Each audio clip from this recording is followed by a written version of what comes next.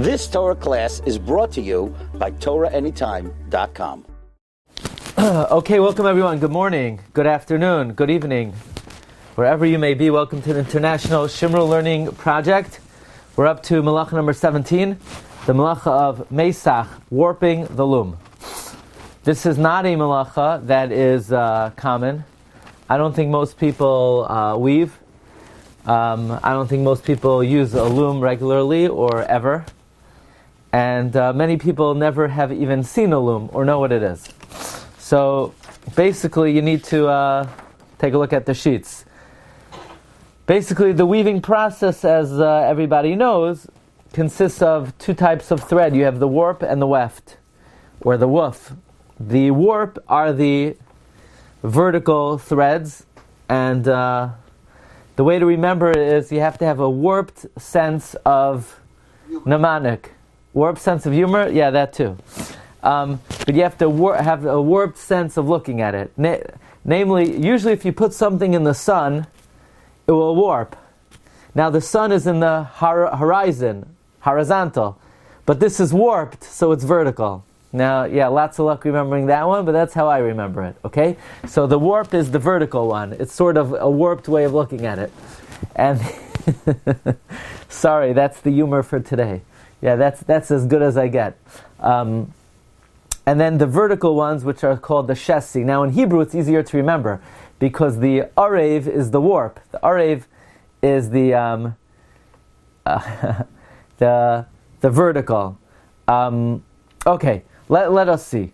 Now the Rambam tells us derech ha'orgim shemoischem hachutin tchila. So basically, what was done is the weavers would stretch out the warp threads first by the length and the breadth of the fabric. So you would stretch it out from one beam to another. There are two beams. And the two beams were held by two different people, the Rambam says. You had two people, one holding on this side, one holding on that side. And then one guy would bang on the threads to sort of separate them and arrange them next to each other until the whole area was ad sheteyasa kula shasi beloy erev. Until the whole area was shasi, which is the warp. The shasi is the warp, and the erev is the weft. The erev is the horizontal. Okay. The way you remember that is the sun sets in the horizon, and that is the horizontal. The arev is the weft. Okay, basically you would stretch out the string from one beam to the other, with somebody standing there beating down on the threads, making sure they're aligned, making sure they're straight, and making sure they fill up the whole area. So stretching it from one beam to the other, the Rambam says, Mesichas hachutin, stretching out the threads, kederach ha'organ, like weavers do, that is called hansachas hamaseches. That is called warping the loom. Warping the loom. Hansachas hamaseches. That is called warping the loom. V'zeh hamoiseach nikra Meisach. It's interesting, by the way, just as an aside, that the term Masechta is a very unusual term. You know, a Masechta of Gemara. Why is it called Masechta? So the Noid Behuda writes in his Hakdama to Shas, the Noid Behuda says, well, the Torah Shabbal Peh protects, like is Soichein, Paroiches HaMasach, it protects the Torah Shebechsav. The Torah Shabbal Peh protects the Torah Shebechsav. I like to say, you know what it protects? It protects the one who learns it. As we have a tradition that anyone who learns Gemara is surrounded by angels. Gemara is Rashi Tevos Gavriel, Michael, Raphael, Uriel. So the Torah Shabbal Peh protects those who learn it. However, if we apply what we're learning here, that Maseches refers to weaving, so the Gemara, that's a pretty good way to describe Gemara. It's weaving together psukim, arguments, agadata, analytics, all kinds of various modes of information that is called a Masechta. Okay, anyway, back to the ranch. Now, when you then bend it over, when you then bend it over, Umaschil lahachnes hashasi ba'ira, and you then stick the woof into the warp. So then, that is called weaving. When you stick the woof into the warp, that's called weaving. So basically, you would go up and down. The woof would go above one warp thread and then onto the other, and back and forth and back and forth. That is the weaving process. And the Rambam says, what is the tolda? Says the Rambam, ha-Meisach chayev. One who warps is liable. It's one of the lamites avos. V'ashoivet, one who beats alachutin ad sheyiparku until it separates. V'saknim harezeh toledas meisach. That's a tolda. So in other words, the av malacha is stretching out the thread one beam to the other and beating it and separating it. That is the tolda. How much do you have to do for one to be liable? The Rambam says, when you align the width of 2 fingers breadth. Okay, so far so good. Again, today's lesson will not be one of practical halacha, but of understanding, really getting to the bottom of what defines an av malacha and what defines a tolda of a malacha. Now, says the Gemara, there's a Gemara that appears in Masech Shabbos Ayin Hey Amud Beis and also Tzadi Zayin Amud Beis. The Gemara brings a very interesting machlokes between Rabbi Yehuda and the Chachamim. Rabbi Yehuda says that there are 41 malachos. Now that, Rabbi Yehuda's of the opinion of 41 malachos, because aside from Meisach, which is warping, he counts Shoivet, which is beating down on the threads, and Medakdek. And the Chachamim say to him, no. Shoivet, beating the threads, that's Bechlal Meisach. That's incorporated and already included in warping. And medakdek is included in weaving. But it's interesting, according to Rabbi Yehuda... Sorry, what is medakdek exactly? Medakdek is aligning and directing the threads. It's an act done in the weaving process. But we're going to get to medakdek, we're going to discuss medakdek when we get to oireg. That's coming up. But it's directing the thread in a very specific area. So, according to Rabbi Yehuda, there are 41 malachas, which would mean that we would be getting together an extra 2 weeks a year. So that's very good. The only thing is, Rabbi Yehuda does not, we don't hold like Rabbi Yehuda, we hold the only lamites malachas. Now, according to Rashi, shoivet refers to, take a look in the bottom of the page, mashve hashsi bakirkar. You straighten the warp with a tool. It's called a kirkar, that's called a royal. Here it says maybe that's referring to a shuttle or a whirl of a spindle. It refers to straightening the warp threads. And how is shovet different to medakdek then? Because you've got here, shovet refers to aligning the warp threads, and that's what you just said medakdek was. Where does it say medakdek is that? You've got Rashi Shabbos 75a explains that shovet refers to aligning the warp threads. That's just above source 1-2. Right, I see that. So what? And you said medakdek was aligning the threads. No, medakdek is aligning the threads later on in the process, in the actual weaving. Right now, align. So, in other words, here we're talking about aligning the warp threads, and medakdek is at a later stage when you're actually going up and down with the weft over the warp. At that point, it sometimes needs to be straightened and aligned. I believe that's medakdek. So it's at a different stage, a later stage. And that's why the Gemara, the Chachamim say it's part of oireg. Fine. Now, Rashi explains, why do the Chachamim hold shoivet is included in warping? Dahainu meisech, mamish, it's included in warping because it's actually warping. Shemasader chutei hashsi. Because you're aligning the warp threads. Okay, so in the opinion of the Chachamim, that is the very malacha. Now, according to Rashi, part of warping is arranging the threads. What is the malacha that follows Meisach? It's called bat oisa shtei batei niren. What is oisa shtei batei niren? Where you then stick the 2 threads through the loom. Let's see if there's a picture over here. No, but there are these like diamond-shaped holes that you stick the threads through at the end of the loom, that is oiseh shtei batei nirim, that is the upcoming malacha. So that's threading the warp threads through, in English they call it heddles, that would be the malacha according to Rashi. The Rambam says Meisach is a little different. Rambam says, let's read it in Hebrew, Mesichas hachutin kederach ha'orgin hi hansachas hamasachas v'zeh hamoiseach nikra Meisach. Says the Rambam, stretching out the threads like weavers do, that is called warping, and if you do that, that is the malacha of Meisach. Now, I'll tell you the truth, I did not make anything of these words of the Rambam. To me, I did not see that he's saying anything different than Rashi, namely, warping is stretching out the threads.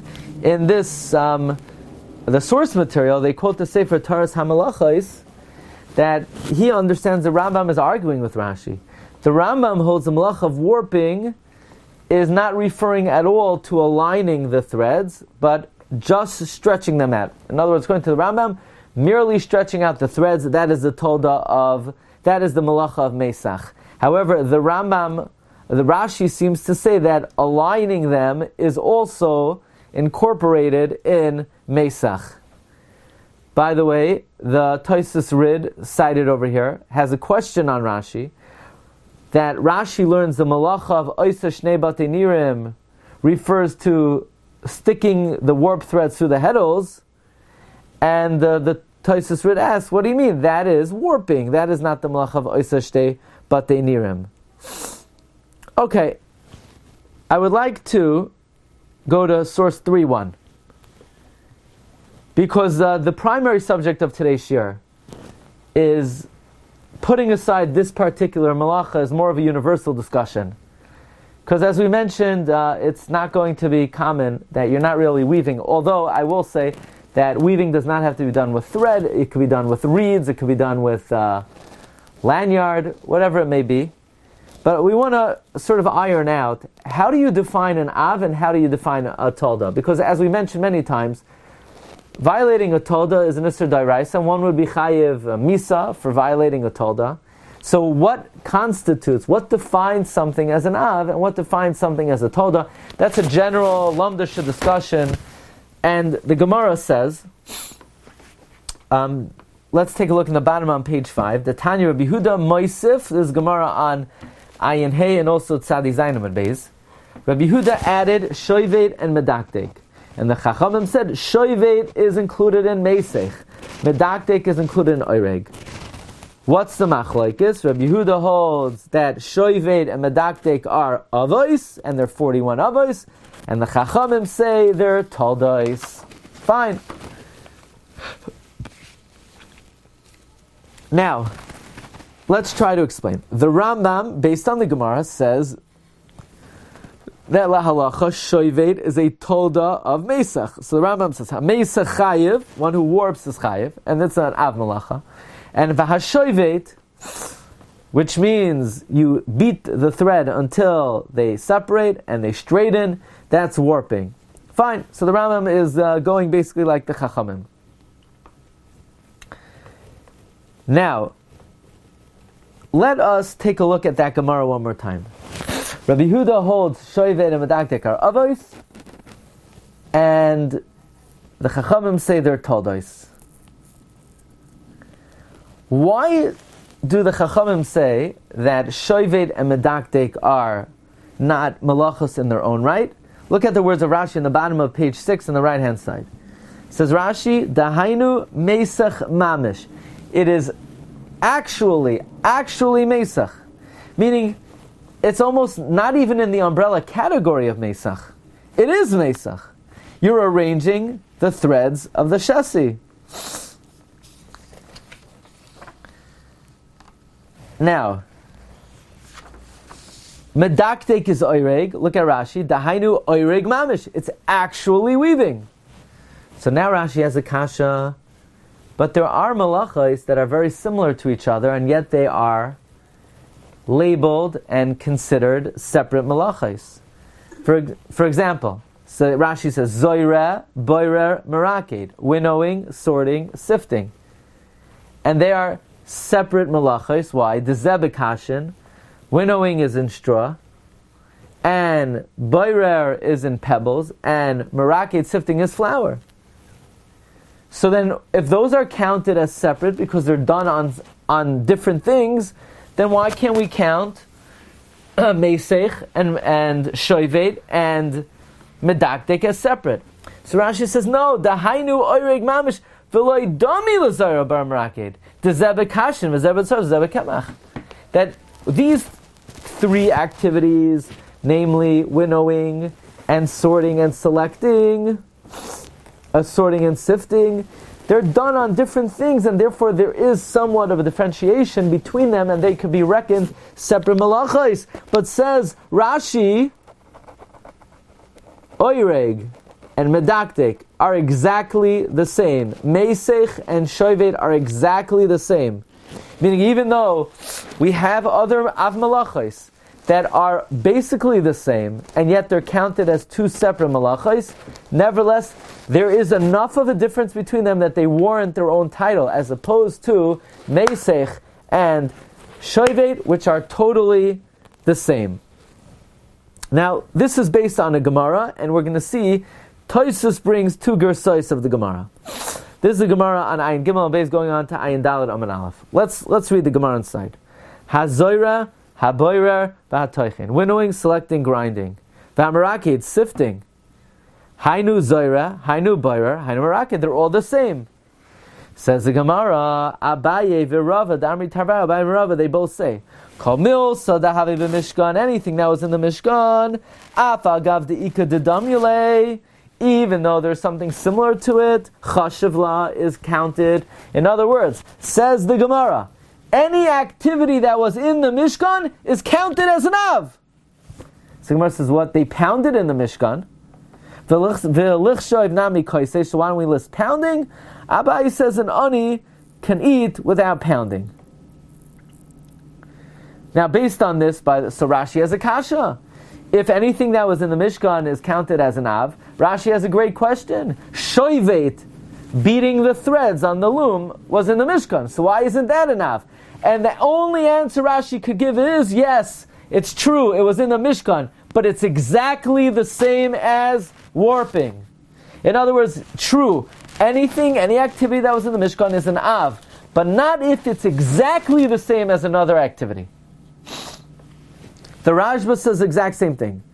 The Rashba says, this is the Rashba on Daf Sadi Vavamaviz. V'shar melachos nami. Afa gav de'ika mina b'mishkan. Other melachos, even though they may have been present in the Mishkan, the afa pikein karluhu toldos, they are still considered a tolda like shoivim medakdik. Haynu mishum de b'chlal ha'acheres hein. A malacha, even though it was in the Mishkan, if it was exactly the same as another malacha, it would be incorporated in that malacha, even though it's not reasonable that they should be different and subdivided le'inyan chatas regarding a carbon chatas. As we're going to see that if somebody performs an av and a tolda simultaneously, they're only violating one thing. If you violate two separate avos, you're chayiv two chatos. If you violate one av and a different tolda, two chatos. But if you violate, or two toldos, two chatos. But if you violate an av and its tolda, only one chatas. So the Rashba and Rashi are saying that just because an activity was in the Mishkan, nevertheless, it may not be a separate av because it is exactly the same as the av. Now, the Ritva learns the Gemara differently. The Ritva says, based on a different Gemara, on Sadi Vavam Beis, the Gemara says like this: Umichti, ahamachav, ahamachav. You're chayiv for this, you're chayiv for that. Why would one be called an av? Why would one be called a tolda? Says Gemara, the nafkamina is that if you violate two avos or two toldos, you're chayiv two chatos. But if you violate an av and its tolda, you only chayiv one chatas. And according to Rabbi Lezer, that even when you violate a tolda and an av at the same time, why is one called an av and one called a tolda? So the Gemara says, Hach dahave b'mishkan, not that which was in the Mishkan. Hach dahave b'mishkan chashiva kari layav. Something that was significant in the Mishkan is called an av. Hach deloyave b'mishkan chashiva. That which is not significant in the Mishkan is not called an av. So the Gemara is saying something very interesting. The Gemara is saying different than it said earlier on. Earlier on, Adaf Ayin Gimel, the Mishnah said, anything in the Mishkan is an Av, anything not in the Mishkan is a Tolda. Now we're learning a new category. It's not enough to be in the Mishkan. Anything that was significant in the Mishkan is an Av. And something that was in the Mishkan but was not significant is called a Tolda. Now, Tosfos brings two Gersais in this Gemara. Some have a Gersa, says Tosfos. Anything that was chashuv in the Mishkan is an Av, and anything that was not chashuv in the Mishkan is a Tolda, which would mean there are some melachos that were in the Mishkan, but were not chashuv, so it's a Tolda. For example, weeding and watering plants, which was in the Mishkan, but it wasn't chashuv, so it's a Tolda. Or those who are goyres, anything that was in the Mishkan and is chashuv is an Av. Anything in the Mishkan and anything that is in the Mishkan and was anything that was not in the Mishkan and was not chashuv is called a Tolda. In other words, you need two things. You need it to be in the Mishkan and you need it to be chashuv. And according to that way of learning, according to this Girsa, just because something was in the Mishkan, nevertheless, if it was not significant, it would be a Tolda. But then there's another Girsa. Says Tosfos, the other Girsa is anything that was in the Mishkan is chashuv and therefore it's called an Av. Anything that's not in the Mishkan is not chashuv and therefore it's called a Tolda. According to that Girsa, anything in the Mishkan is automatically an Av. So let's just get the nuance. Let's just say it clear. One version of the Gemara's text is anything that was in the Mishkan and is chashuv is an Av. But something could be in the Mishkan and not be chashuv, and it would be a Tolda, like menachesh, weeding, mashka, watering, or anything in the Mishkan is automatically chashuv, anything not in the Mishkan is automatically not chashuv. So,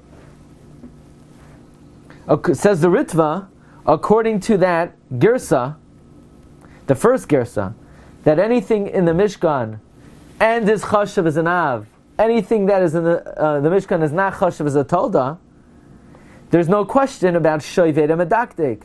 Because even though they were in the Mishkan, they're not really significant. That is the Shita of the Ritva.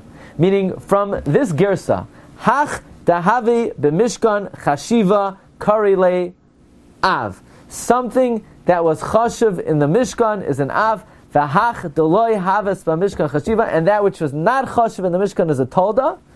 Meaning, you could be in the Mishkan, but if you're not chashuv, it's a Tolda. Then we'll just say shoyvet and medakdek. Although they're in the Mishkan, they're not chashuv. But according to the second Girsa, automatically anything that's in the Mishkan is chashuv. Now, the $1 million question is, what's the definition of being chashuv? You know, people say, he's a chashuv a person. What do they mean? Usually they mean the guy has a lot of money. That, you know, everyone has, some people, they actually mean chashuv. This person's chashuv, meaning he's a Baal Midos, he's a Yarish Shamayim, he's a Talmud Chacham. You know, but everybody has their own definition of chashuv. So what does it mean that shoyvet was not chashuv in the Mishkan? What's the definition of chashivos? So there's a Sefer Chayfetz Hashem. If I'm not mistaken, on the sheets they don't tell you who it was. I think that it's the Orach Chaim HaKadosh's Perush on Shas. And the Chayfetz Hashem says that the Gemara said pounding was not chashuv. The definition of chashuv is whether it's absolutely integral. And since you could eat bread without pounding the bran, so even though they did pound the bran, but it's not significant because it could be made away with.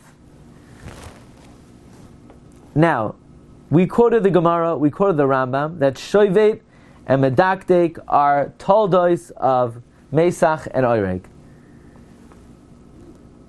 Why? So the Ritva would say, because they're not that chashuv. Pounding the thread was not chashuv.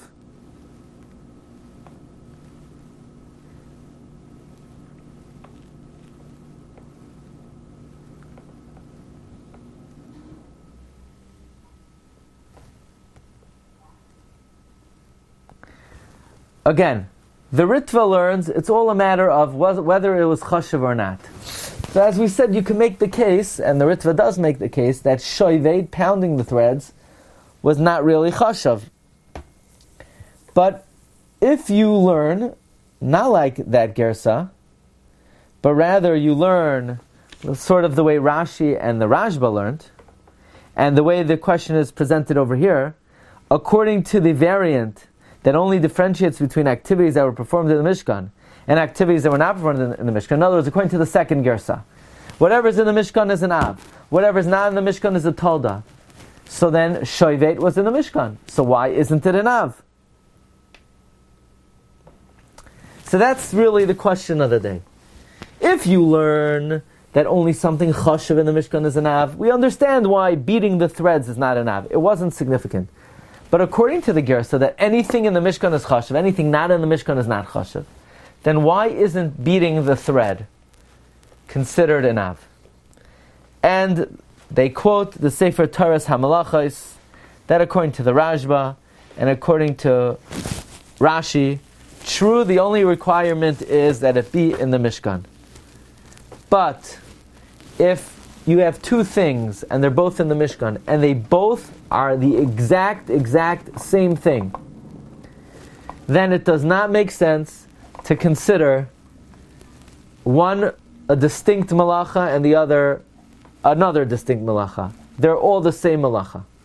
In other words, even according to the opinion, anything in the Mishkan is chashuv, and therefore, logically, not only should Meisach be a malacha, but Shovet should be a malacha as well. Nevertheless, as the Rashba really says clearly, that since Shovet is accomplishing the exact same thing as Meisach, it's all one malacha. Now, so which one is it? Are we going to call it Meisach and Shovet is part of it, or are we going to call it Shovet and Meisach is part of it?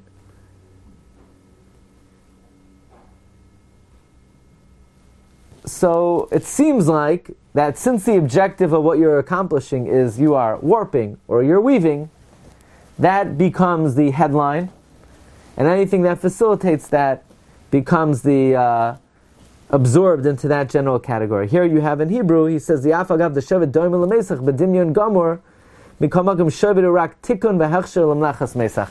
It's merely facilitating it. Therefore, Meisach is the Av and Shovet is the Tolda. So here's what I want you to take out of today's learning. I want you to know the Gemara on Daf Sadi Vav Amabez Masechta Shabbos, where the Gemara asks a fundamental question: how do you define an Av and how do you define a Tolda?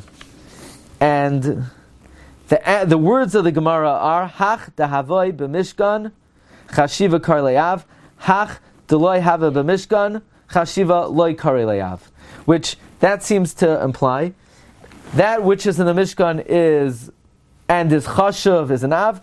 That which is in the Mishkan and is not chashuv is not an Av. That is the first girsa, and according to that girsa, there are things that were in the Mishkan that were not chashuv. The other girsa, brought in Tosfos, is Hach dahavas b'Mishkan chashiva is an Av, Hach deloyavas b'Mishkan loy chashiva. That which is not in the Mishkan is by definition not chashuv.